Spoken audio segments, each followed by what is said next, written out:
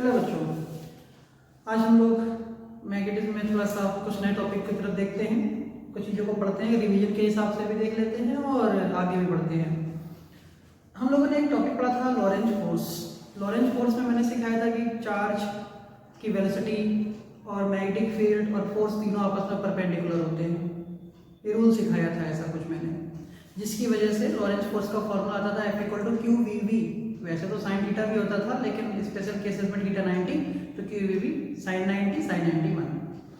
आज देखो मैंने क्या हेडिंग लिखा है, force on a moving charge in uniform magnetic and electric field. अगर कोई मूविंग चार्ज इलेक्ट्रिक और मैग्नेटिक फील्ड दोनों में मूव कर रहा हो, अगर कोई मूविंग चार्ज इलेक्ट्रिक और मैग्नेटिक दोनों फील्ड में मूव कर रहा हो, दो स्पेशल केस होंगे। पहला स्पेशल केस ये होगा कि चार्ज की वेलोसिटी इलेक्ट्रिक फील्ड और मैग्नेटिक फील्ड दोनों सेम डायरेक्शन में होंगे, तीनों। अगर एक्स एक्सिस की तरफ जा रहा है चार्ज, एक्स एक्सिस की तरफ होगी इलेक्ट्रिक फील्ड और एक्स एक्सिस की तरफ होगी मैग्नेटिक फील्ड। पहला केस। दूसरा केस, इसके लिए सिर्फ दोनों दो फॉर्मूले सीखते हैं। दूसरा केस क्या होगा, अगर एक्स एक्सिस की तरफ जा रहा है चार्ज तो वाई एक्सिस की तरफ जाएगी इलेक्ट्रिक फील्ड और जेड एक्सिस की तरफ जाएगी मैग्नेटिक फील्ड। मतलब तीनों आपस में परपेंडिकुलर होंगे। इलेक्ट्रिक फील्ड, मैग्नेटिक फील्ड और चार्ज तीनों आपस में परपेंडिकुलर होंगे, मतलब चार्ज की वेलोसिटी। पहला देखो, V parallel to E parallel to B, मतलब velocity of charge is parallel to electric field parallel to magnetic field. तीनों आपस में पैरेलल हैं। देखो ये मैंने यहाँ पे प्लस चार्ज रखा और ये इधर की तरफ जा रहा है V वेलोसिटी से। अगर ये V वेलोसिटी से इधर जा रहा है, मैंने यहाँ पे पॉजिटिव प्लेट ली और नेगेटिव प्लेट ली। पॉजिटिव प्लेट से नेगेटिव प्लेट की तरफ क्या चलती है, इलेक्ट्रिक फील्ड। इधर नॉर्थ पोल लिया, इधर साउथ पोल लिया। नॉर्थ पोल से साउथ पोल की तरफ क्या चलता है, मैग्नेटिक फील्ड। मतलब वेलोसिटी इलेक्ट्रिक फील्ड और मैग्नेटिक फील्ड तीनों एक ही तरफ है। तो ऐसी सिचुएशन में देखो क्या होगा, फोर्स मैग्नेटिक फील्ड वाला फोर्स तो जीरो हो जाएगा, मैग्नेटिक फोर्स तो जीरो हो जाएगा। क्यों? मैग्नेटिक फोर्स का फॉर्मूला होता है F=QVB sin theta. QVB B sin theta. sin theta कितना, थीटा जीरो, क्योंकि वेलोसिटी चार्ज की वेलोसिटी और मैग्नेटिक फील्ड के बीच का एंगल कितना है, जीरो। चार्ज की वेलोसिटी और मैग्नेटिक फील्ड के बीच का एंगल कितना है, जीरो। तो भैया साइन जीरो जीरो, तो मैग्नेटिक फोर्स तो जीरो हो गया। लेकिन इलेक्ट्रिक फोर्स जीरो नहीं होगा। इलेक्ट्रिक फोर्स जीरो क्यों नहीं होगा, कि वो एक पॉजिटिव प्लेट है, चार्ज भी पॉजिटिव है। इसका मतलब पॉजिटिव प्लेट पॉजिटिव चार्ज को धक्का मारेगा, फोर्स लगाएगा नेगेटिव की तरफ। तो उस फोर्स की वजह से इसकी वेलोसिटी, इसका स्पीड, इसकी जो मोमेंटम है, इसकी काइनेटिक एनर्जी सब कुछ बदलती चली जाएगी। आ रही बात समझ में? इसलिए जो इलेक्ट्रिक फील्ड होगा, force of electric field gives acceleration to the charge only. Electric force की वजह से इसके अंदर एक्सेलरेशन आएगा, मैग्नेटिक फोर्स जीरो हो जाएगा। Hence there will be change in kinetic energy. Charge की काइनेटिक एनर्जी में चेंज आएगा, स्पीड में चेंज आएगा, वेलोसिटी में चेंज आएगा, मोमेंटम में चेंज आएगा, लेकिन मैग्नेटिक फोर्स जीरो हो जाएगा। कंसेप्ट याद रखना, बहुत इंपॉर्टेंट है। नेक्स्ट देखो, नेक्स्ट क्या है, इफ चार्ज की velocity, magnetic field and electric field are perpendicular to each other. देखो बेटा, एक्स एक्सिस की तरफ मैंने क्या लिया, वेलोसिटी। वाई एक्सिस की तरफ मैंने क्या लिया, इलेक्ट्रिक फील्ड। और जेड एक्सिस की तरफ मैंने क्या लिया, मैग्नेटिक फील्ड। तो ध्यान देना, अगर मैंने एक्स एक्सिस की तरफ वेलोसिटी ली है, वाई एक्सिस की तरफ इलेक्ट्रिक फील्ड ली है, जेड एक्सिस की तरफ मैग्नेटिक फील्ड ली है, तो एक चीज तो समझ में आती है, अगर ये इलेक्ट्रिक फील्ड नहीं होती, बोल रहा हूं, अगर ये इलेक्ट्रिक फील्ड नहीं होती, केवल वेलोसिटी और मैग्नेटिक फील्ड होती, वेलोसिटी और मैग्नेटिक फील्ड होती, तो तीसरी चीज अपने आप जनरेट हो जाती, जिसको हम फोर्स कहते थे। और जो फोर्स लगता वो वाई एक्सिस की तरफ लगता, क्योंकि वेलोसिटी है एक्स एक्सिस की तरफ, मैग्नेटिक फील्ड है जेड एक्सिस की तरफ, तो परपेंडिकुलर फोर्स किधर लगेगा, मैग्नेटिक फील्ड वाला वाई एक्सिस की तरफ, लॉरेंज कहता था। लेकिन आज वाई एक्सिस की तरफ तो लग रहा है इलेक्ट्रिक फील्ड। आज वाई एक्सिस की तरफ क्या लग रहा है, इलेक्ट्रिक फील्ड। तो याद रखो, तो मेरे कहने का क्या मतलब है, अगर चार्ज जा रहा है एक्स एक्सिस की तरफ, मैग्नेटिक फील्ड जा रही है जेड एक्सिस की तरफ, तो फोर्स कहाँ लगेगा, माइनस वाई एक्सिस की तरफ, नीचे की तरफ मैग्नेटिक फोर्स लगेगा माइनस वाई एक्सिस की तरफ। और ऊपर की तरफ क्या लग रही है, इलेक्ट्रिक फील्ड, तो ऊपर की तरफ क्या लगेगा, इलेक्ट्रिक फोर्स। इसका मतलब नीचे लग रहा है मैग्नेटिक फोर्स, ऊपर लग रहा है इलेक्ट्रिक फोर्स, इसलिए मैग्नेटिक फोर्स और इलेक्ट्रिक फोर्स आपस में एक दूसरे को क्या कर देंगे, कैंसिल। और जैसे ही आपस में एक दूसरे को कैंसिल कर देंगे तो चार्ज की वेलोसिटी पे कोई फर्क नहीं पड़ेगा, चार्ज की वेलोसिटी पे कोई फर्क नहीं पड़ेगा। देखो ध्यान से, तो इस फॉर्मूले इस फिगर से हमने क्या देखा, जो वेलोसिटी है और इलेक्ट्रिक फील्ड है, मैग्नेटिक फील्ड है, तो इलेक्ट्रिक फील्ड का कंपोनेंट क्या है, इलेक्ट्रिक फील्ड का कंपोनेंट है ई जे कैप, ई वाई एक्सिस की तरफ तो जे कैप। मैग्नेटिक फील्ड का कंपोनेंट क्या है, बी के कैप, बी के कैप। वेलोसिटी का कंपोनेंट क्या है, we I cap, X axis की तरफ। इलेक्ट्रिक फील्ड का फार्मूला क्या होता है फोर्स का, F equal to q E, तो क्यू ई क्या, ई जे cap, equation number 1। Magnetic force का फार्मूला क्या होता है, लोरेंज वाला सिखाया था हमने, q v cross B, q v cross B. Q v की वैल्यू कितनी है, वी आई कैप, बी की वैल्यू कितनी है, बी के कैप, लगा दिया, वी आई कैप क्रॉस बी के कैप। और i cap cross k cap 11th में सीखा था आप लोगों ने, माइनस जे कैप होता है साइक्लिक ऑर्डर में, इसलिए F M equal to Q V V minus J cap, minus बाहर आया, माइनस का V Q V J cap, equation number 2 और इक्वेशन नंबर 1। तो इसका मतलब ये जो फोर्स आया, ये मैग्नेटिक फोर्स आया, ये जो फोर्स आया वो इलेक्ट्रिक फोर्स आया। तो कहते हैं टोटल फोर्स बताओ, तो टोटल फोर्स का फॉर्मूला क्या होता है, F E plus F M. F E की वैल्यू उठा के यहाँ से रख दो और एफ एम की वैल्यू उठा के यहाँ से रख दो। तो जब F E plus F M रखा तो दोनों में क्यू तो बाहर आ गया, ई माइनस बी वी बाहर जे कैप आ गया, ई माइनस बी वी बाहर जे कैप आ गया। आगे बात सर में, तो रिजल्टेंट फोर्स जो लगा वो किधर की तरफ लगा, जे कैप की तरफ लगा। मतलब कहने को है कि रिजल्टेंट किधर की तरफ एक्ट होगा, जे की तरफ एक्ट होगा। E and B are so, देखो अब कहने का मतलब क्या है, electric and magnetic fields are so adjusted, electric और मैग्नेटिक फील्ड को ऐसा एडजस्ट है, वो ऐसे एडजस्ट किए गए हैं that the magnitude of electric force and magnetic force are equal, कि ई और बी इस तरीके से एडजस्टेड हैं कि एफ ई और एफ एम इक्वल है, are equal, then net force on the charge will be zero. जाहिर सी बात है, अगर एफ ई और एफ एम आपस में बराबर हो जाएंगे तो नेट फोर्स कितना हो जाएगा, zero. The charge will move undeflected, और जब ये दोनों जीरो हो जाएंगे कट के, तो जो होगा ये चार्ज के ऊपर कोई फोर्स नहीं लगना होगा, ये तो नॉर्मल सीधा सीधा चला जाएगा। तो q equal to Q v B, q E क्या, electric force, q v B क्या, मैग्नेटिक फोर्स, क्योंकि दोनों बराबर हैं, क्यू से क्यू गया, तो v equal to E upon B. तो velocity of charge equal to electric field upon magnetic field, इसी वेलोसिटी का नाम होता है वेलोसिटी सेलेक्टर। देखो the cross E electric field and magnetic field, जो इलेक्ट्रिक फील्ड और मैग्नेटिक फील्ड जो क्रॉस कर रहे हैं वो किस तरीके से एक्ट करेंगे, किस तरीके से नाम को प्रोड्यूस करेंगे, वो उसको कहते हैं वेलोसिटी सेलेक्टर। और ये बहुत इंपॉर्टेंट सा पॉइंट है, वेलोसिटी सेलेक्टर बहुत इंपॉर्टेंट। ये एक नंबर में कभी कभी पूछ लेते हैं कि डिफाइन वेलोसिटी सेलेक्टर, तो हम कहोगे v equal to A upon B, the ratio of electric and magnetic field is said to be the velocity selector when electric and magnetic field cross in such a way that this serves as a velocity selector when no deflection of charge will be produced by the acting of the electric field and magnetic field on the charge of the flow. आरी बात समझ में, जब electric और magnetic field दोनों लगने की वजह से भी चार्ज अनडिफ्लेक्टेड रहे, तो ऐसी सिचुएशन में इलेक्ट्रिक और मैग्नेटिक फील्ड दोनों वेलोसिटी सेलेक्टर की तरह सर्व करते हैं, इसी तरह v equal to A upon B कहा जाता है। तो दोनों कंडीशन समझ में आ गई होंगी, जब सब पैरेलल है और जब सब परपेंडिकुलर है। हम तुरंत नेक्स्ट टॉपिक की तरफ बढ़ते हैं, आप इसको नोट कीजिए।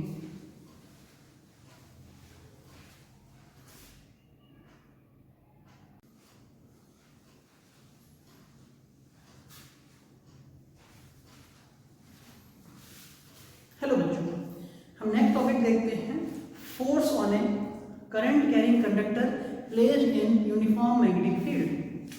हमें ये देखना है कि अगर मेरे पास कोई वायर है, इसका सिर्फ आप एक फॉर्मूला याद रखेंगे, अगर मेरे पास एक वायर है ए बी और इस ए बी वायर को मैंने किसी मैग्नेटिक फील्ड में रख दिया, इस ए बी वायर को मैंने किसी मैग्नेटिक फील्ड में रख दिया, देखो इस ए बी वायर को मैंने मैग्नेटिक फील्ड में रख दिया और मैग्नेटिक फील्ड कितनी है बी, इस वायर का नाम चेंज कर दो, सलेटी जैसा लग रहा है एक्स वाई, वायर क्या है एक्स वाई, वायर है मेरे पास एक्स वाई, और इसको मैंने किसी मैग्नेटिक फील्ड में रख दिया।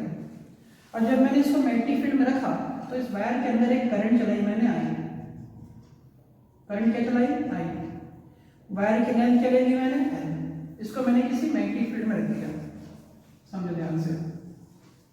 मैंने इस वायर को किसी मैग्नेटिक फील्ड में रख दिया और इसके अंदर करंट चला दी I और वायर की लेंथ ले ली मैंने L। इस वायर ने मैग्नेटिक फील्ड से एक एंगल बनाया थीटा। मैग्नेटिक फील्ड से एंगल क्या बनाया? थीटा। तो बात आती है इस वायर के ऊपर एक फोर्स लगेगा, इस वायर के ऊपर एक फोर्स लगेगा और उस फोर्स का फॉर्मूला या फोर्स डिपेंड कितनी बातों पर करेगा ये देखना ध्यान से।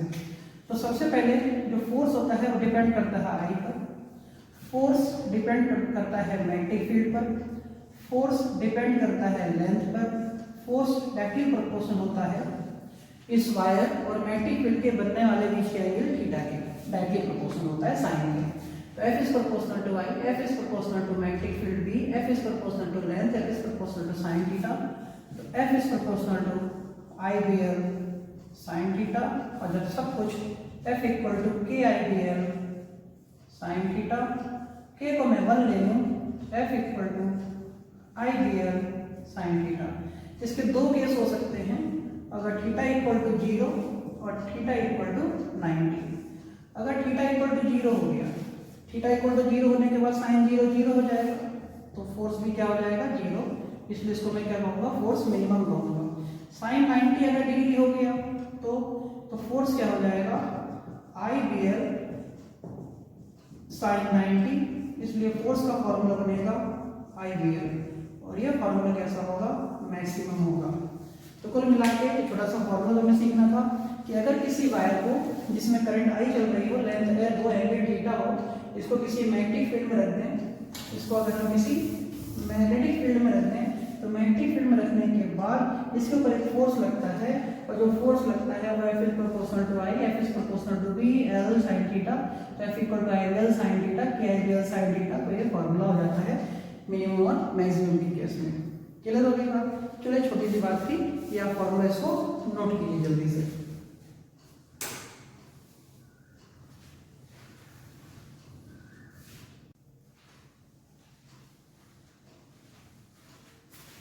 अभी हम सीखते हैं डायरेक्शन निकालना मैग्नेटिक फील्ड की।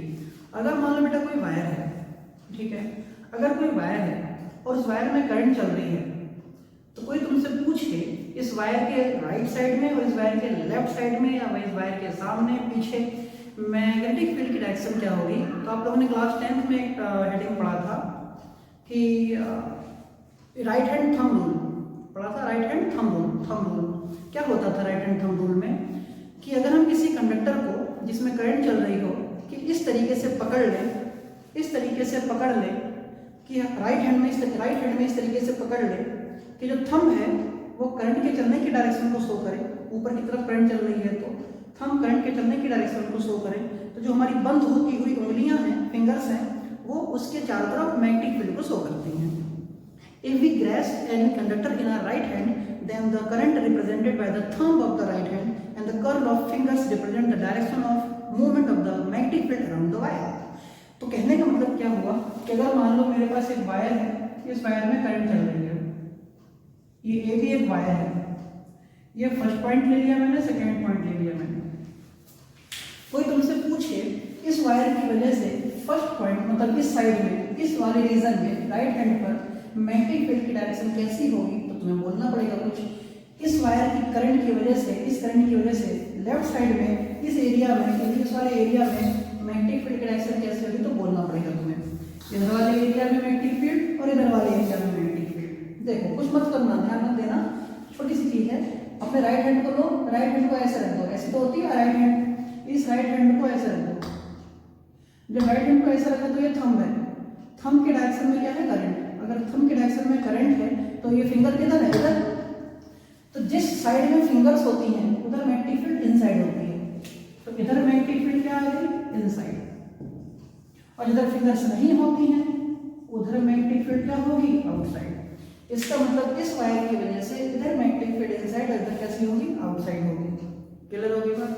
तो छोटी सी बात है, जैसे कि अगर मैं तुमसे कहूँ ये वायर है और ये करंट है, करंट की डायरेक्शन ऊपर की तरफ है, थंब रख दो, इधर इनसाइड इधर कैसी? आउटसाइड। अगर मैं कहूँ कि ये वायर है, इस वायर में नीचे की तरफ करंट है, तो थंब ऐसा रख दो, इधर इनसाइड और इधर आउटसाइड। अगर मैं इस करंट के डायरेक्शन को पलट दूँ, इस करंट के डायरेक्शन को पलट दूँ, तो थंब ऐसे आ गया, इधर इनसाइड इधर आउटसाइड, इनसाइड की जगह आउटसाइड, आउटसाइड की जगह इनसाइड। ये छोटी सी बात है, क्योंकि छोटे छोटे कंसेप्ट बहुत ज़्यादा मायने रखते हैं।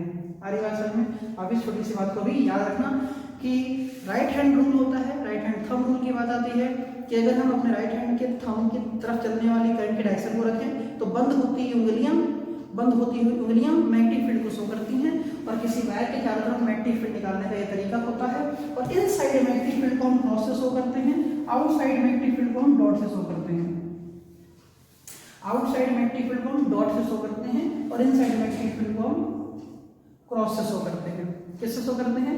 क्रॉस से शो करते हैं। क्लियर होगी बात? आप इसको जल्दी से अपने तरीके से अपने नोट्स में इस बात को लिख लीजिए जल्दी।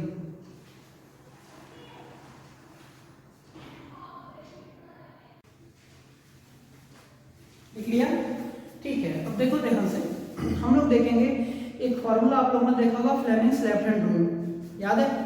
किसी को जिसको भी याद हो वो मन में बोल सकता है, दोहरा सकता है। फ्लेमिंग्स लेफ्ट हैंड रूल क्या होता है बच्चे? सोच के देखना, सीरियसली पढ़ाई करना, मजाक बिल्कुल नहीं करेंगे आज, क्योंकि आज हम इंपॉर्टेंट टॉपिक्स को खत्म करने वाले हैं कुछ चीजें। तो फ्लेमिंग्स लेफ्ट हैंड रूल क्या होता है? फ्लेमिंग्स लेफ्ट हैंड रूल क्या होता है कि अगर हम अपने लेफ्ट हैंड की दो फिंगर को, फोर फिंगर और मिडिल फिंगर को इस तरीके से एडजस्ट करें और थंब को कि वो तीनों आपस में परपेंडिकुलर हों। कैसे हों? परपेंडिकुलर हों। तो जो फोर फिंगर होती है, पहली वाली जो फिंगर होती है वो शो करती है मैग्नेटिक फील्ड की डायरेक्शन को, मिडिल फिंगर जो होती है वो करंट की डायरेक्शन को, जो थंब होता है वो शो करता है फोर्स को। अब याद कैसे रखें? Father mother children, father mother children, father mother children, force magnetic field current. Clear हो गई बात? चलो देखो, जैसे कि मान लो मैंने ये कहा कि अगर ये मैग्नेटिक फील्ड है, अगर ये मैग्नेटिक फील्ड है, एक वायर है, इस वायर में क्या है? करंट ऊपर की तरफ जा रही है। कोई कहे कि फोर्स की डायरेक्शन बताओ। देखो यार, ये सब बातें तुमको भी याद रखनी भी है कि फोर्स की डायरेक्शन निकालने के लिए अपनी उंगलियों को एडजस्ट करना आना चाहिए, राइट हैंड थंब रूल याद रखना चाहिए। अब ऐसी डायरेक्शन होगी, सोच के देखो, अगर ये मैग्नेटिक फील्ड की डायरेक्शन है, ऊपर की तरफ करंट जा रही है, तो कोई तुमसे पूछे इस वायर पर फोर्स की डायरेक्शन बताओ, इस वायर पर फोर्स की डायरेक्शन, तो left hand rule, first finger magnetic field, middle finger current, thumb force. कैसे? इस पे एक पॉइंट ले लो, इस पे कोई पॉइंट ले लो, यहाँ इस पॉइंट पर मैग्नेटिक फील्ड किधर है? उधर, तो मैग्नेटिक फील्ड की डायरेक्शन ऐसे हो गई, first finger magnetic field. Current किधर है? ऊपर, तो मिडिल फिंगर करंट होती है, तो करंट किधर? ऊपर। तो देखो, फर्स्ट फिंगर को उधर रखते हुए मैंने करंट को ऊपर कर दिया ऐसे, करंट ऊपर, मिडिल फिंगर जो फर्स्ट फिंगर है वो magnetic field. Thumb force, thumb को खोल दो, थंब को खोल दिया, थंब कहाँ जा रहा है? अंदर। थंब कहाँ जा रहा है? अंदर की तरफ शो कर रहा है, थंब अंदर की तरफ डायरेक्शन शो कर रहा है। इसका मतलब इस पॉइंट पर जो फोर्स है वो अंदर की तरफ जा रहा है, फोर्स अंदर की तरफ जा रहा है। अगर यही करंट नीचे होती तो first finger magnetic field, current ऊपर, अब करंट ऊपर की जगह करंट कहाँ? नीचे, तो करंट नीचे, मैग्नेटिक फील्ड और फोर्स कहाँ? ऊपर। इसका मतलब इसमें फोर्स बाहर की तरफ आता। बात समझ में आ गई? तो कहने का मतलब क्या हुआ कि अगर हम किसी वायर के ऊपर मैग्नेटिक फील्ड लगा रहे हैं, वायर के ऊपर करंट दे रहे हैं, तो फोर्स के डायरेक्शन निकालने का तरीका क्या होता है? Fleming's left hand rule. First finger की तरफ मैग्नेटिक फील्ड, मिडिल फिंगर की तरफ करंट और थंब की तरफ फोर्स, तो इस वायर की फोर्स किधर? ऊपर आ जाएगा। बात समझ में आ गई? तो छोटी छोटी क्या बातें सीखी तुमने? सबसे पहले ये बात सीखी, राइट हैंड रूल सीख लिया कि we grasp conductor of current carrying conductor in right hand, if we adjust या if we grasp a current carrying conductor in our right hand in such a way that our thumb represent the direction of current, then our curl of finger represent the direction of magnetic field. खत्म। Inside magnetic field को हम cross से show करते हैं और outside magnetic field को हम dot से शो करते हैं। लेफ्ट हैंड रूल भी जान दिया, father mother children, force magnetic field current. जिस डायरेक्शन में मैग्नेटिक फील्ड और फर्स्ट फिंगर और करंट हो उधर मिडिल फिंगर और फोर्स की डायरेक्शन थंब शो करती है, वो निकालना हम लोगों ने सीख लिया। कितने ज्यादा भी वायर दे रखे हों, बस हमें करंट और मैग्नेटिक फील्ड की डायरेक्शन पता हो, बस फोर्स तो हम निकाल ही लेंगे बड़े आराम से। आप इस बात को अपने लैंग्वेज में नोट कीजिए।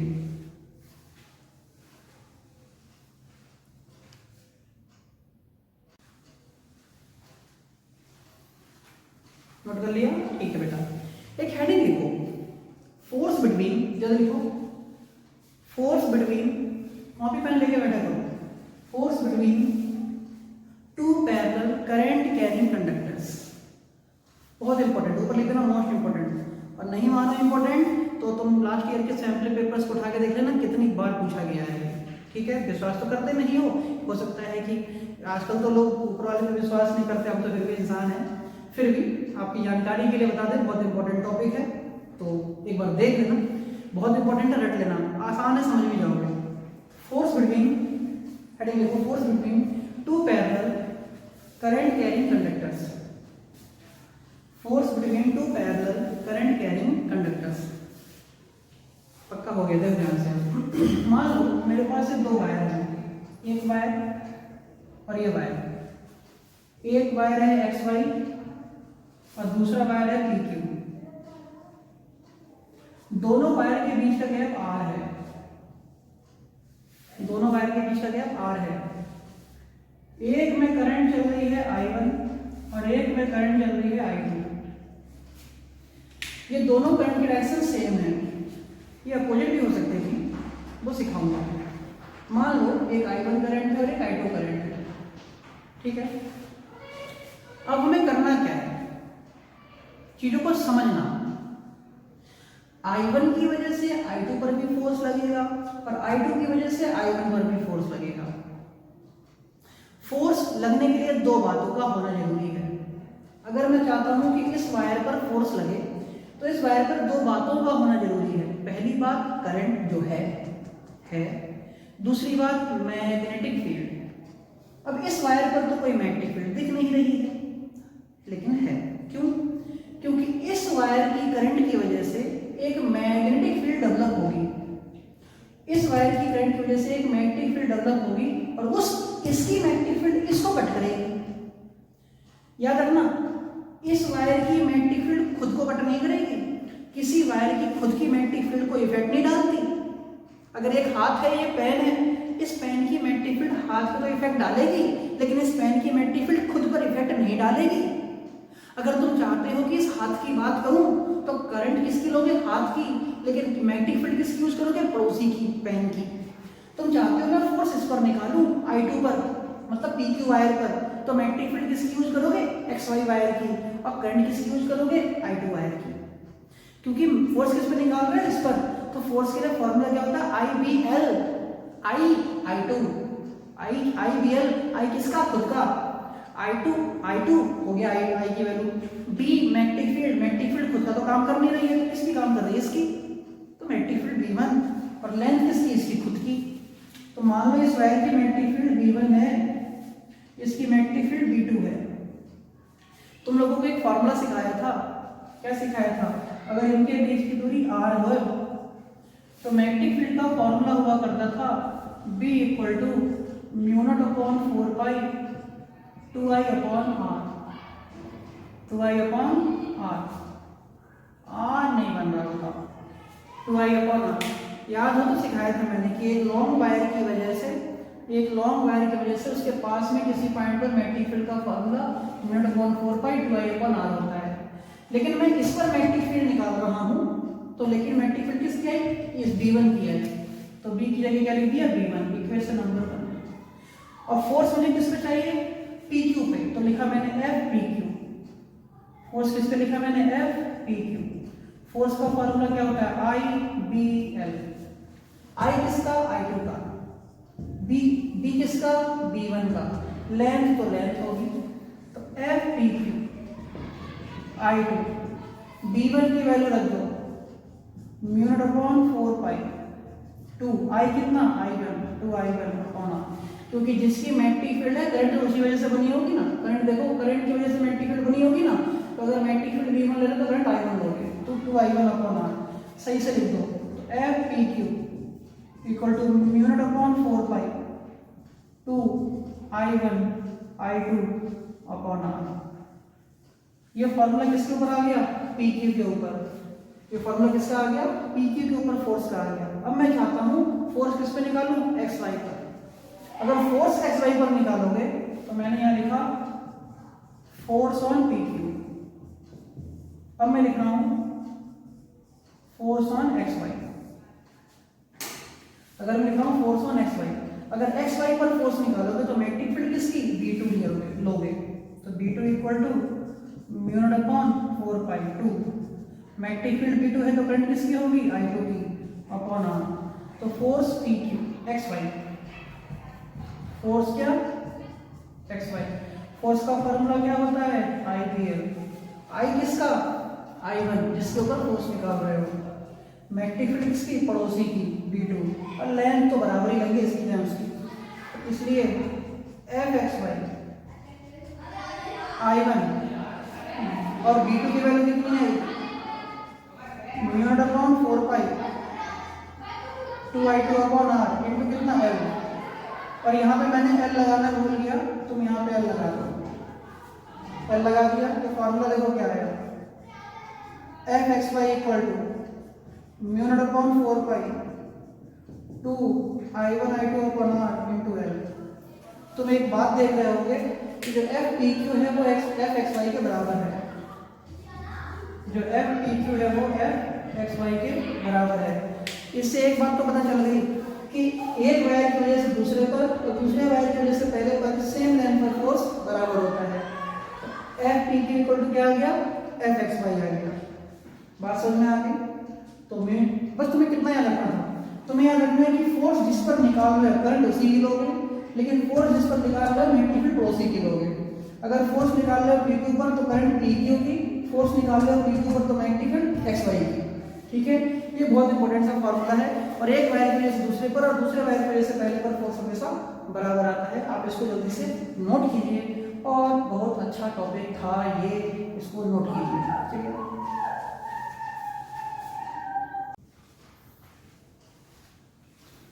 देखो बच्चों, हमने एक बात करी थी कि अगर दोनों वायर में करंट सेम डायरेक्शन में होंगे तो दोनों पर फोर्स कैसा लगेगा, और दोनों वायर में करंट अपोजिट डायरेक्शन में होंगे तो फोर्स कैसा लगेगा। चलो चेक कर लेते हैं, सोच के देखो। मुझे इस वाले वायर पर फोर्स निकालना है I2 पर। जब मैं I2 पर फोर्स निकालूंगा तो फोर्स निकालने के लिए मुझे दो बातों की जरूरत होगी। पहली जरूरत होगी करंट की, वो है ऊपर की तरफ। दूसरी जरूरत होगी मैग्नेटिक फील्ड की, मैग्नेटिक फील्ड की वो नहीं पता है। तो अब बात आई कि मैग्नेटिक फील्ड लाए कहाँ से, तो इस पर जो मैग्नेटिक फील्ड होगी वो इसकी होगी, और इसकी मैग्नेटिक फील्ड निकालना सिखाया था। राइट हैंड थंब रूल लगा दो, मतलब अगर थंब की डायरेक्शन में करंट है तो फिंगर की डायरेक्शन में मैग्नेटिक फील्ड, और फिंगर क्या बता रही है इनसाइड। तो इसका मतलब इस वायर की वजह से यहाँ पर जो मैग्नेटिक फील्ड है वो इनसाइड है। इस वायर की इस एरिया में मैग्नेटिक फील्ड कैसी है, इनसाइड है, करंट ऊपर है। तो लेफ्ट हैंड रूल क्या कहता है फोर्स निकालने का तरीका, फर्स्ट फिंगर मैग्नेटिक फील्ड, तो मैग्नेटिक फील्ड इनसाइड, तो magnetic field inside, middle finger current ऊपर, मैग्नेटिक फील्ड इनसाइड, करंट ऊपर, थंब फोर्स इधर की तरफ, तो फोर्स लग गया इस पे इधर की तरफ F2। अब इस वाले पर फोर्स निकालना है, इस वाले पर फोर्स, इस पे समझ में आ गया होगा। इस पे फोर्स निकालने के लिए दो बातों की जरूरत थी, करंट और मैग्नेटिक फील्ड। करंट ऊपर, मैग्नेटिक फील्ड अंदर। मैग्नेटिक फील्ड किसकी, इसकी मैग्नेटिक फील्ड अंदर। अब मुझे इस पर फोर्स निकालना है, तो करंट ऊपर, मैग्नेटिक फील्ड किधर, मैग्नेटिक फील्ड किसकी, इसकी। अब इसकी मैग्नेटिक फील्ड वहां देखो कैसे जाएगी, मैंने यहाँ रखा थंब, सो जो राइट हैंड थंब दूं, मैंने यहाँ रखा थंब इनसाइड, इधर की तरफ इनसाइड, लेकिन इधर की तरफ आउटसाइड। इसकी मैग्नेटिक फील्ड इससे इधर कैसी है, आउटसाइड। आउटसाइड होने का मतलब ये रही आउटसाइड। तो इस वायर पर मैग्नेटिक फील्ड कैसी है, आउटसाइड, और करंट किधर, ऊपर।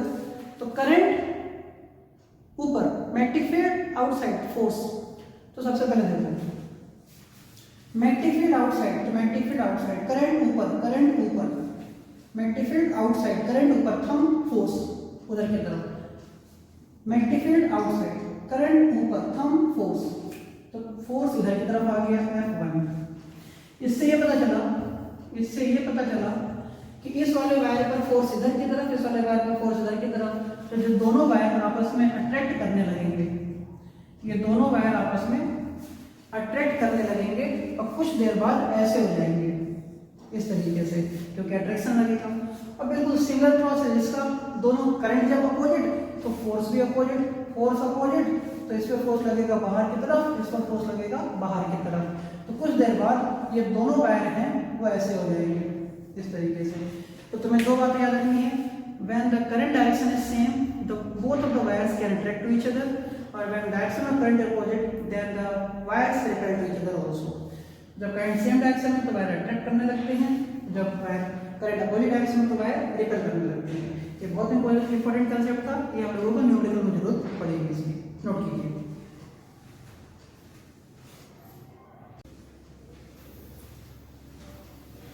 हेलो बच्चों, अब हम तुरंत नेक्स्ट टॉपिक को देखते हैं। वेरी इंपॉर्टेंट शुरू होता है ये टॉपिक ये कहता है, ठीक ठाक हो सब, लगातार पढ़ते रहो, मेहनत से, बहुत ज़्यादा प्रीशियस टाइम है तुम लोगों के लिए, फिर इसका समय नहीं मिलने वाला। ये नहीं कि रात भर जगह पड़े हैं खाली व्हाट्सएप, फेसबुक, इंस्टाग्राम और वो भी 2-4-5 तरीके की नई नई चीज़ें लगे पड़े खाली पूछने पाछने में, खाते पीते रहोगे कि नहीं। चलो कृपया पढ़ाई करें ध्यान से, बाकी चीज़ें मौज मस्ती भी करें, अच्छी बात है, इसको देखते हैं। चलो, तो मेरे कहने का मतलब अब हमें उस टॉपिक की तरफ हम बढ़ रहे हैं। तो इस चैप्टर का सबसे बड़ा टॉपिक है मूविंग कॉइल गैल्वेनोमीटर, लेकिन उसको पढ़ने से पहले हमको ये पढ़ना जरूरी है। देखो है क्या, आराम से ना, इत्मीनान से, जरा मजे से हमको ये सीखना है। Torque on A current carrying loop placed in uniform magnetic field. Heading लिखो, हेडिंग लिखो, torque on A current carrying loop placed in uniform magnetic field. देखो जल्दी, torque on A current carrying loop placed in uniform magnetic field.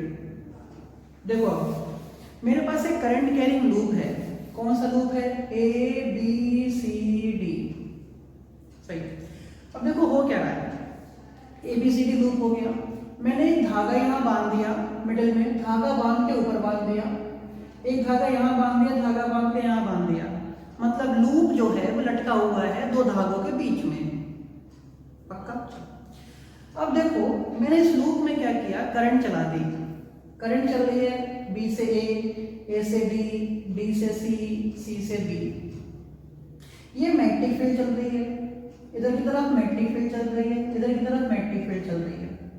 देखो यार, सबसे बड़ी बात तो ये समझ लो, जब एक धागा बंध गया है यहाँ पर, और ये जब देखो करंट जा रही है नीचे और ये करंट आ रही है ऊपर, तो यहाँ वाली जो फोर्स होगा वो इस वाले फोर्स का अपोज करेगा, यहाँ वाला फोर्स इस वाले फोर्स का अपोज करेगा।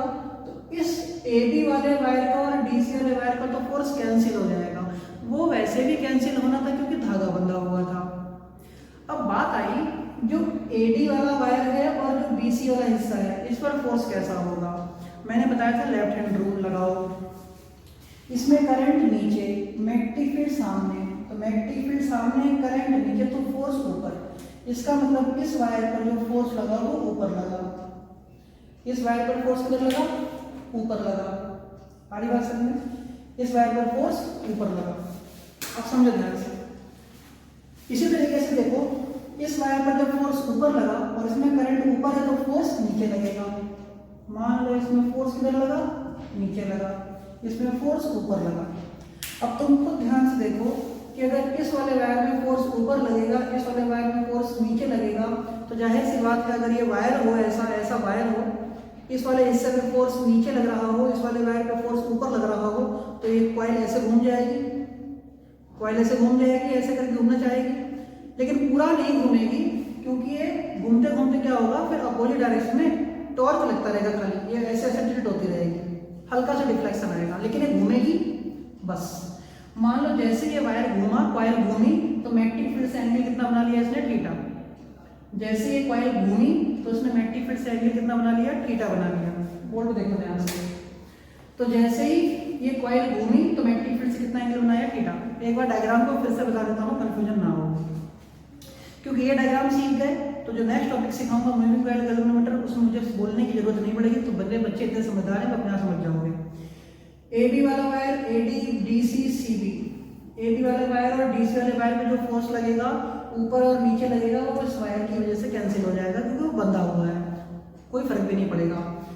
इस वाले वायर में फोर्स किधर लगा, करंट नीचे, मैग्नेटिक फील्ड इधर, तो लेफ्ट हैंड रूल लगाने की वजह से फोर्स ऊपर। इस वाले वायर में करंट ऊपर, तो इसका उल्टा कर दो, फोर्स नीचे। ऊपर और नीचे फोर्स लगने की वजह से ये वाला हिस्सा कॉइल ऐसे घूम गई, ये कॉइल ऐसे घूम गई, ये कॉइल ऐसे घूम गई। जो कॉइल घूमी तो मैग्नेटिक फील्ड से कितना एंगल बनाया, थीटा। ये मैग्नेटिक फील्ड लाइन देखो, ये मैग्नेटिक फील्ड लाइन और मैग्नेटिक फील्ड लाइन से एंगल कितना बनाया, थीटा बन गया। अब हमें टॉर्क पता करना है। टॉर्क का फॉर्मूला होता है force into perpendicular distance between two forces. इसी डायग्राम के, इस डायग्राम का मैंने सिर्फ इतना हिस्सा यहाँ निकाल लिया, इस डायग्राम का सिर्फ इतना हिस्सा मैंने यहाँ निकाल लिया, देखो ए बी, और ये जो वायर है ना रेक्टेंगुलर है, रेक्टेंगल की लेंथ मैंने क्या लिया, लेंथ एल, ब्रेथ कितना लिया बी, तो ब्रेथ कितना बी। ये जो ए वाला पॉइंट है, ये ए वाला पॉइंट है, ये बी वाला पॉइंट है, ये बी वाला पॉइंट है, ये थीटा एंगल है, ये थीटा एंगल है, ये अगर एक थीटा तो एक कितना होगा, थीटा होगा। अब फोर्स, टॉर्क का फॉर्मूला क्या होता है, टॉर्क का फॉर्मूला होता है फोर्स इनटू परपेंडिकुलर डिस्टेंस। तो फोर्स कौन सा, इस वाले पॉइंट पर फोर्स लग रहा है नीचे, इस वाले पॉइंट पर फोर्स लग रहा है ऊपर, तो देखो एक इस वाले पॉइंट पर फोर्स लगा ऊपर, इस वाले पॉइंट पर फोर्स लगा नीचे। अब दिखने में तो ऊपर लग रहा है लेकिन अंदर लग रहा है नीचे। फोर्स का फॉर्मूला क्या, आइडियल, फोर्स का फॉर्मूला क्या, आइडियल। हमें निकालना है टॉर्क। टॉर्क का फॉर्मूला होता है फोर्स इनटू परपेंडिकुलर दूरी बिटवीन द टू फोर्सेस।